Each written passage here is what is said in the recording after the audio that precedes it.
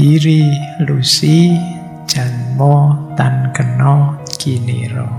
Ini menurut saya penting ya hari ini, karena saya lihat di medsos itu hari ini kita pertandingan menghakimi orang. Ya, kita hari ini yang pro muji-muji, yang anti merendah-rendahkan. Tentang apa saja, tentang siapa saja. Itu ya, kalau pakai peribahasa yang kemarin ya wajar sih, kadang kita suka seseorang atau benci seseorang, tapi ya ngono ya ngono, ning ojo ngono.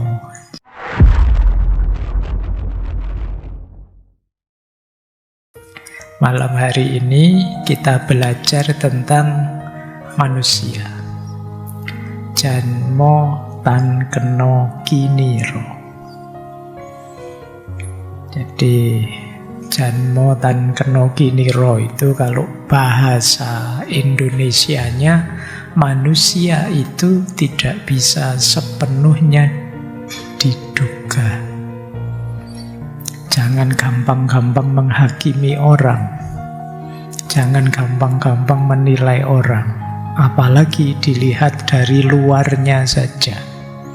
Karena janmo tan keno kiniro.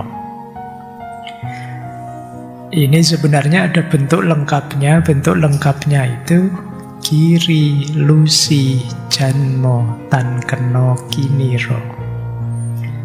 Giri itu gunung, lusi itu cacing. Ada yang menerjemahkan lusi itu air. Tapi ini maksudnya adalah apakah sebesar gunung atau sekecil cacing?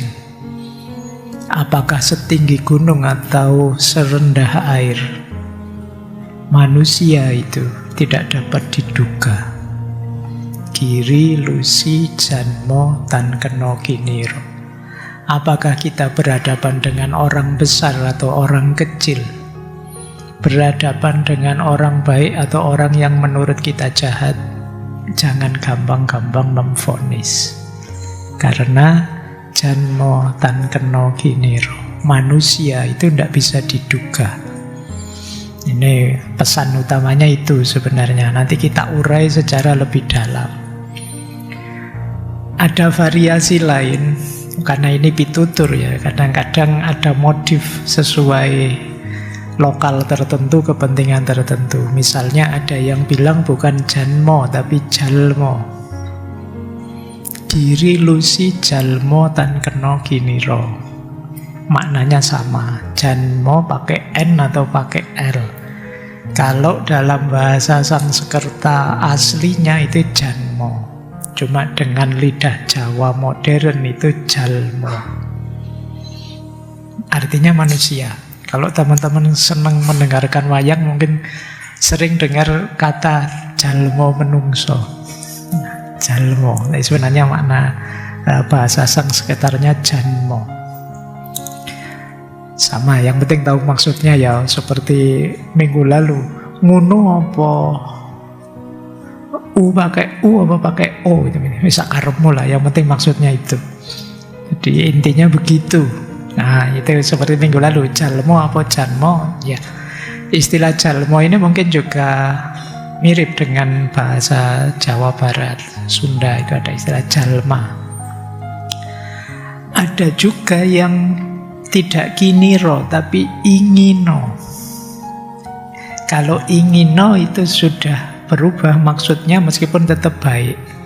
Kalau giri lusi janmo tan keno ingino, ingino itu jangan dihina.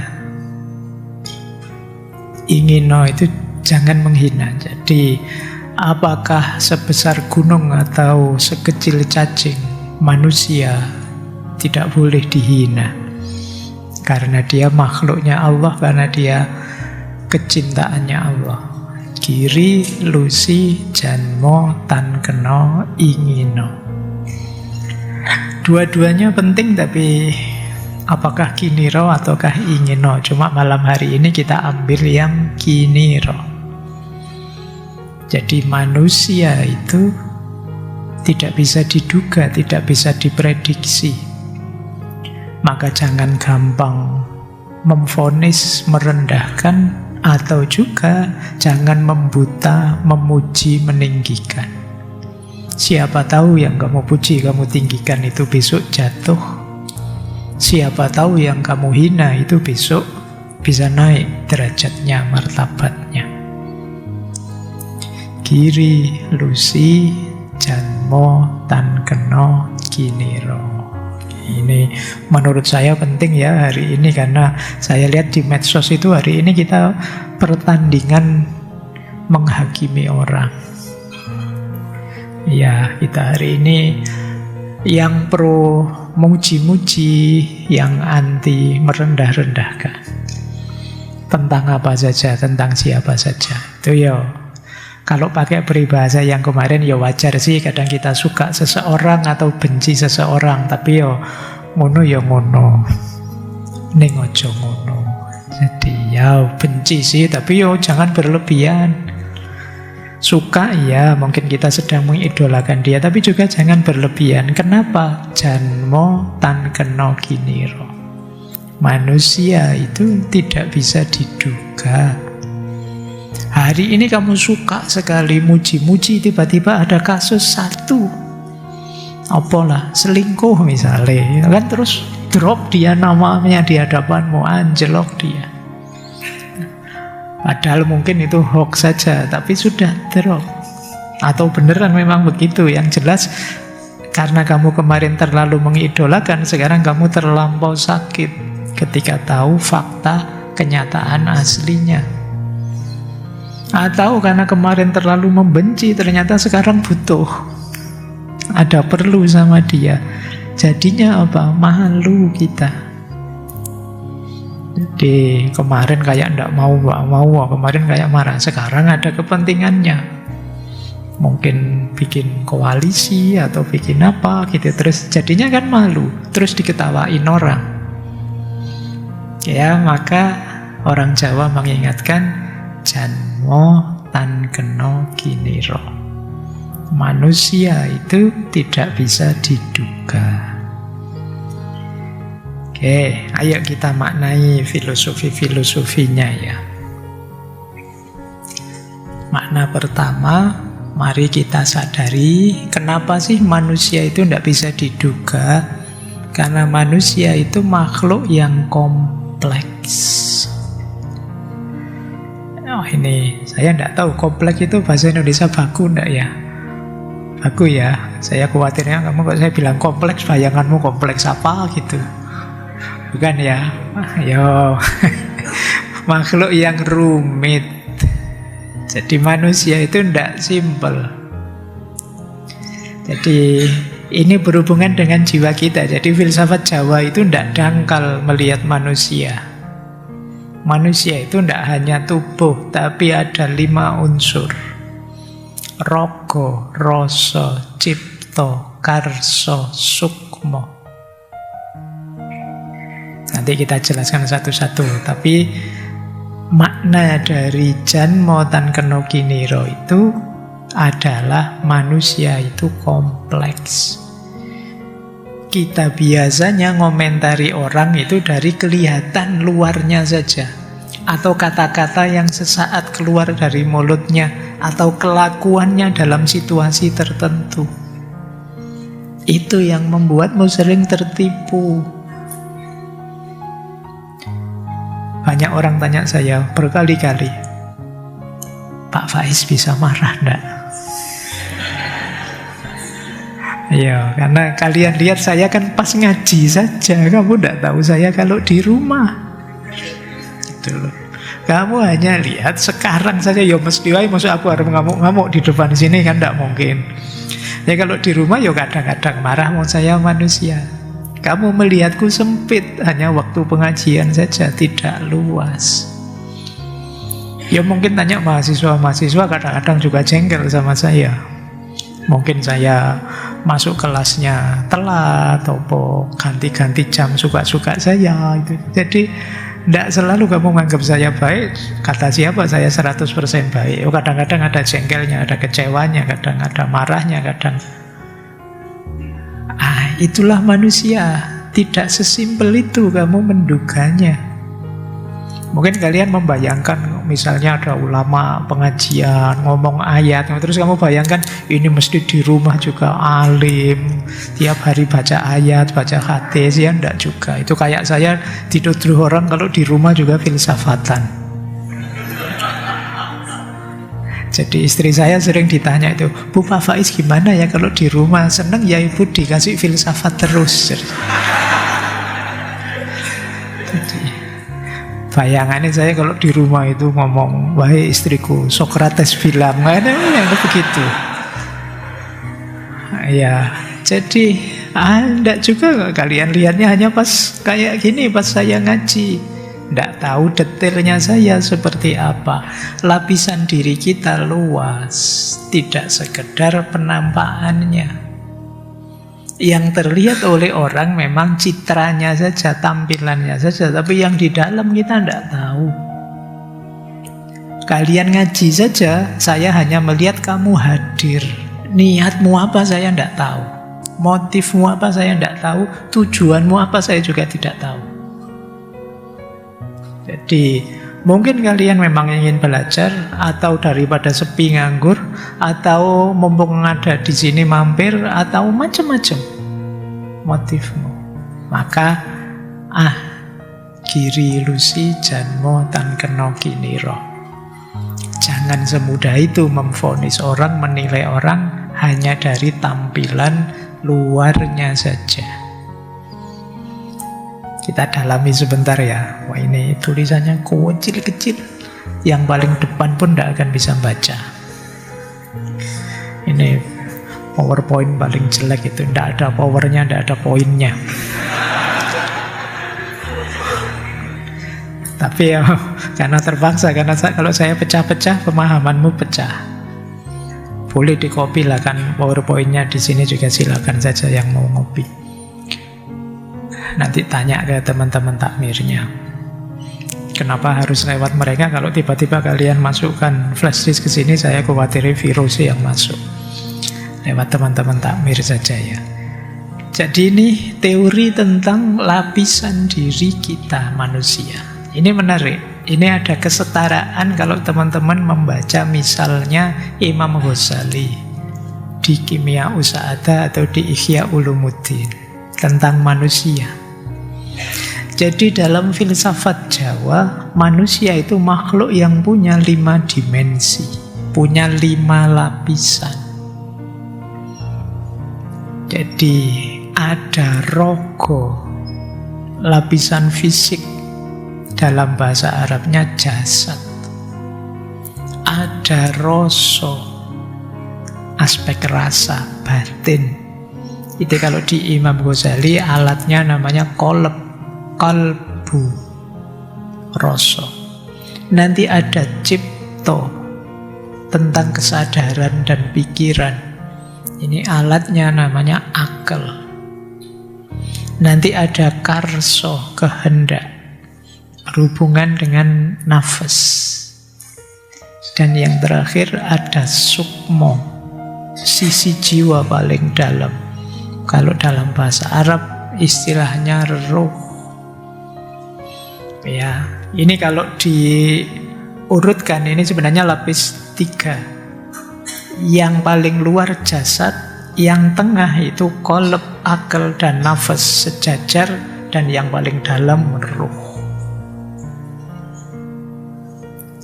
Kalau jasad ya tubuh fisik ini, materi ini, di wadah kita ini. Tangan, kaki, mata, telinga, dan lain sebagainya. Ini jasad. Jasad paling luar. Penting tapi bukan yang pokok. Kenapa penting? Karena kalau jasad tidak beres juga yang dalam susah diurusi. Jadi kalau kita sakit, ya ngatur qalb, ngatur akal, ngatur nafas sulit. Maka dia ini media, dia ini sarana, dia ini wadah, tapi harus beres. Jangan dikira wadah itu tidak penting. Kopi sebelah saya ini, kalau tidak ada wadahnya, tidak bisa diminum. Karena ada wadahnya, maka sekarang bisa diminum. Jadi gelasnya penting ternyata. Tidak hanya kopinya, jangan dikira, Pak, ada gelasnya, tidak ada kopinya juga buat apa? Tapi ada kopinya, tidak ada gelasnya, tidak akan nyampe ke sini. Bismillah ya, kita buktikan.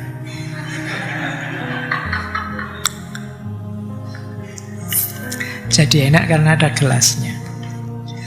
Allah cuma wadah saja, Allah cuma rokok saja. Tapi ya, rokok penting. Oke, jadi kita lelah, kita sakit, kita tidak semangat misalnya, ya jadinya rokok ini pengantar kita ke dalam. Lanjut, lebih dalam ada rasa. Rasa itu berhubungan dengan penghayatan, berhubungan dengan kepekaan batin, berhubungan dengan intuisi kita. Rasa ini bisa menangkap 3 hal. Kalau dalam filsafat Jawa, yang pertama menangkap harmoni dan tidak harmoni. Tadi saya minum, terlalu manis deh. Tidak manis deh, itu rasa. Terus apa? Ini hijau kok disambungkan biru ya, rasanya kok tidak match, itu rasa. Jadi rasa itu bisa menangkap aspek harmoni. Rasa, saya menjelaskannya tidak bisa, tapi kok tidak sreg ya, itu rasa yang membaca. Secara hukum sih sah, tapi kalau dilihat kok tidak cocok ya rasanya, tidak sreg ya. Nah, ini rasa yang bilang. Yo memang tidak melanggar hukum sih, tapi kok rasanya tidak pas saja, itu rasa. Jadi manusia punya itu. Justru rasa itulah nanti jadi kuncinya kemanusiaan. Di kepekaan batin atau kolab. Ada yang bilang rasa ini nanti jadi kompas. Kalbu kita kalau rusak, hidup kita juga akan rusak. Kalau kompas ini mengarahkan ke senang-senang saja, hidup kita hanya akan cari senang-senang saja. Maka rasa harus hidup untuk ngeraos, untuk merasakan. Kalau di Imam Ghazali, rasa ini, intuisi ini justru alat yang lebih mampu menangkap kebenaran. Jadi benar salah itu kalau pakai panca indera, kata beliau, masih mudah salah. Jadi bintang-bintang itu rasanya dekat padahal jauh. Itu mata. Kadang pensil dimasukkan ke air kelihatannya bengkok, itu mata. Panca indera itu gampang keliru.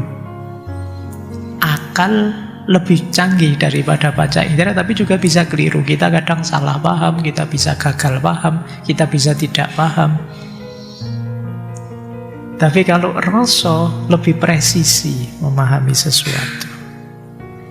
Antara orang yang sekedar paham dengan orang yang sudah merasakan, kata Imam Ghazali, derajat benarnya lebih dalam yang sudah merasakan. Sholat itu seperti apa? Kalau sekedar tahu hukumnya dan syarat rukunnya, masih belum dalam. Dia baru tahu apa itu sholat kalau sudah merasakan menjalankan sholat. Kayak kalian, contohnya gini ya, ada temanmu pacaran terus putus, terus kamu nasihati, alah putus itu biasa, wong masih penjajakan pacaran, kamu bisa cari lagi, jangan sesedih itu. Kalimat seperti ini kalau keluar dari orang yang memang pernah menghayati, pernah pacaran, tahu rasanya pacaran, dengan yang tidak pernah, level validitasnya beda.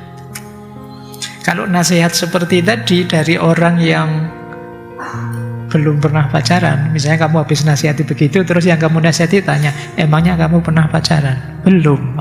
Kamu tidak ngerti, banyak omong. Betul. Tapi kalau iya saya dulu pernah ngalami seperti kamu, sedih sih tapi tidak harus segitunya. Nah, ini yang dimaksud ya, orang yang merasakan langsung Itu dipandang tahu lebih dalam dibandingkan orang yang masih berjarak ilmunya dengan dirinya. Ilmunya masih ada di buku, ilmunya masih ada di pikiran saja, belum dijalankan, akan berbeda. Kalau masih berjarak ya masih kira-kira, tapi kalau sudah didalami langsung, dijalani, dihayati, sudah ketemu kebenaran yang lebih presisi, itu rasa.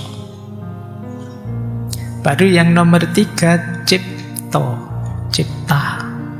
Ini kesadaran, pikiran, daya pikir, kemampuan mengolah pengalaman jadi pengetahuan, itu cipta.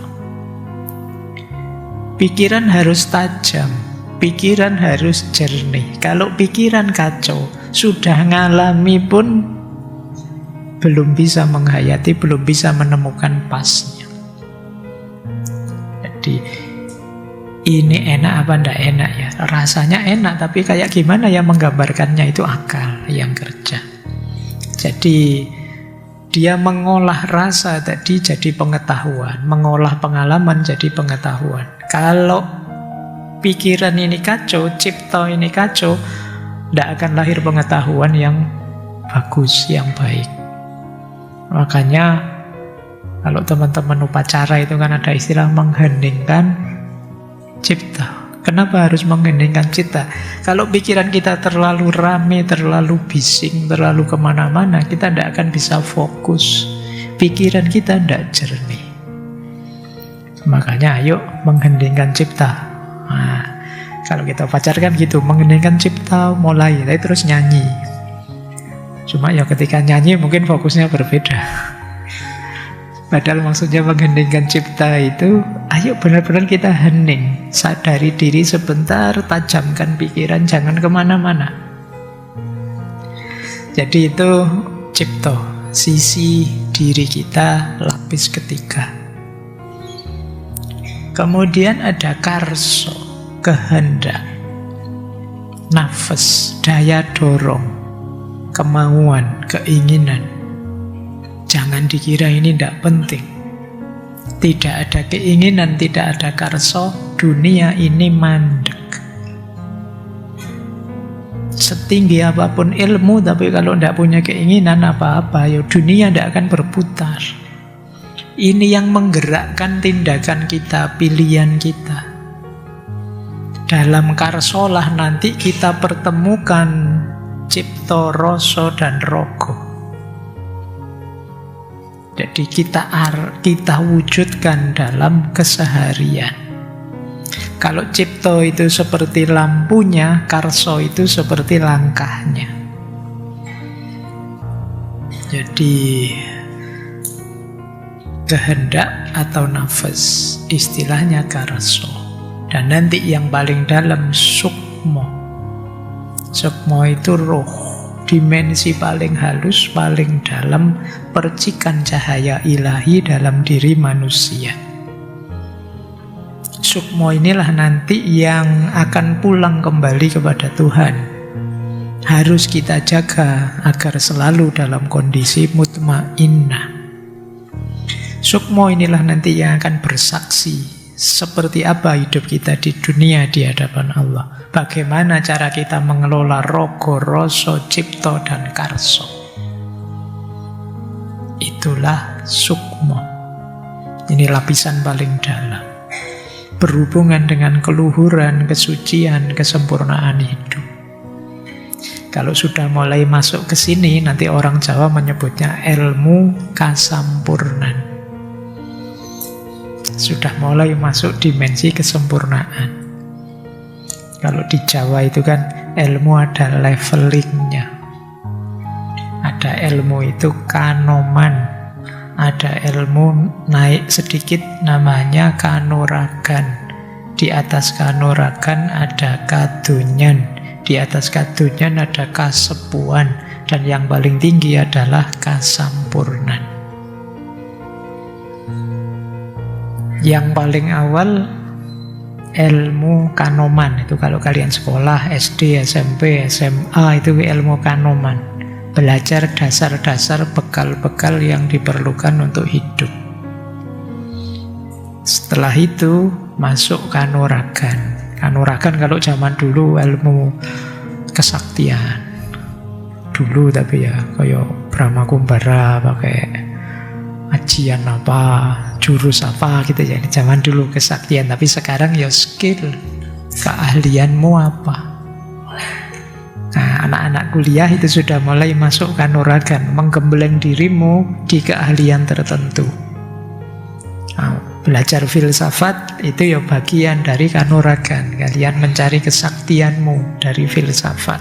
Nanti ada yang mencari kesaktiannya dari fisika, dari matematika, dari biologi. Itu namanya kanuragan.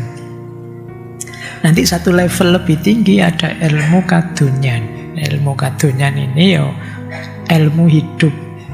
Gimana caranya bermasyarakat, gimana caranya berumah tangga, gimana caranya jadi ayah yang baik, gimana caranya kalau pas jadi RT ya jadi RT yang baik, jadi lurah yang baik.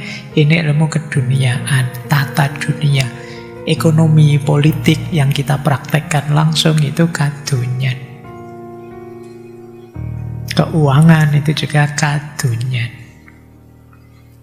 Nah, naik satu level lagi ada kasepuhan. Kalau ini sudah mulai dalam, mulai olah batin. Tasawuf itu mulai kasepuhan. Mulai noto hati, biar tidak sombong, biar tidak iri, biar tidak pamrih dan lain sebagainya, itu mulai kasepuhan. Kalau sudah mulai mempertimbangkan itu, ya kita sudah ada di kasepuhan. Dan pada puncaknya kasampurnan. Itu ketika sudah sama sekali meninggalkan dunia, hidup dengan orientasi ilahiyah saja. Ini ilmu kemakrifatan. Saya tidak tahu teman-teman ada di mana, tapi paling tidak yang mahasiswa ya sedang menempuh jalur kanuragan. Mungkin sebentar lagi kadunyan. Semoga tidak kebalik ya, nanti ada orang yang harusnya sudah kasepuhan tapi masih sibuk di kanoman. Masih belum bisa cara dasar-dasar hidup yang baik, yang benar. Itu eman-eman. Maka ayo perhatikan jenjang ilmu ini biar tidak keliru, biar tidak kebalik-balik. Kenapa tidak kebalik-balik? Ada orang yang harusnya mematangkan diri dulu di kadunyan tapi dijujuk tiba-tiba masuk ke kasampurnan. Efeknya apa? Akhirnya spiritualitas yang tinggi dipakai untuk jalan memenuhi kebutuhan hidup yang rendah. Jadi akhirnya ya terus jualan tasawuf atau mengkomodifikasi agama istilah kita selama ini, ya itu karena kalian yang di bawah belum beres. Sudah tiba-tiba jujuk yang atas. Baik, yo nanti dipikir sendiri saya seperti apa, levelingnya bagaimana selama ini saya mengelola diri bagian dalam, lapisan-lapisan diri manusia. Jadi makna pertamanya ini, manusia itu kompleks. Kita punya rogo, punya rasa, punya cipta, punya karsa, punya sukmo. Kamu membaca, memvaluasi orang itu melihat apanya. Kalau hanya dilihat dari gejala luarnya kurang dalam. Bukan berarti tidak boleh, tapi sadari bahwa pemahamanmu tentang dia itu hanya sebagian kecil kesanmu tentang dirinya. Baik. Makna pertama itu. Makna kedua, jadi makna janmo tan keno kiniro adalah tidak ada kebenaran tunggal tentang manusia. Manusia itu bisa baik di satu situasi tapi di situasi yang lain jelek. Atau baik sekarang, kemarin tidak. Atau besok bisa berubah, itu manusia. Ada anak yang kalau di kampus pinter luar biasa tapi sosialnya jelek, tidak bisa bermasyarakat. Ada anak yang luas sekali di masyarakat tapi begitu masuk kelas ujian tolah-toleh dia. Itu manusia. Jadi tidak ada manusia yang sempurna di semua dimensinya. Selalu ada kurangnya. Maka penilaian kita tentang seseorang, kalau itu mutlak absolut, pasti reduktif. Kalau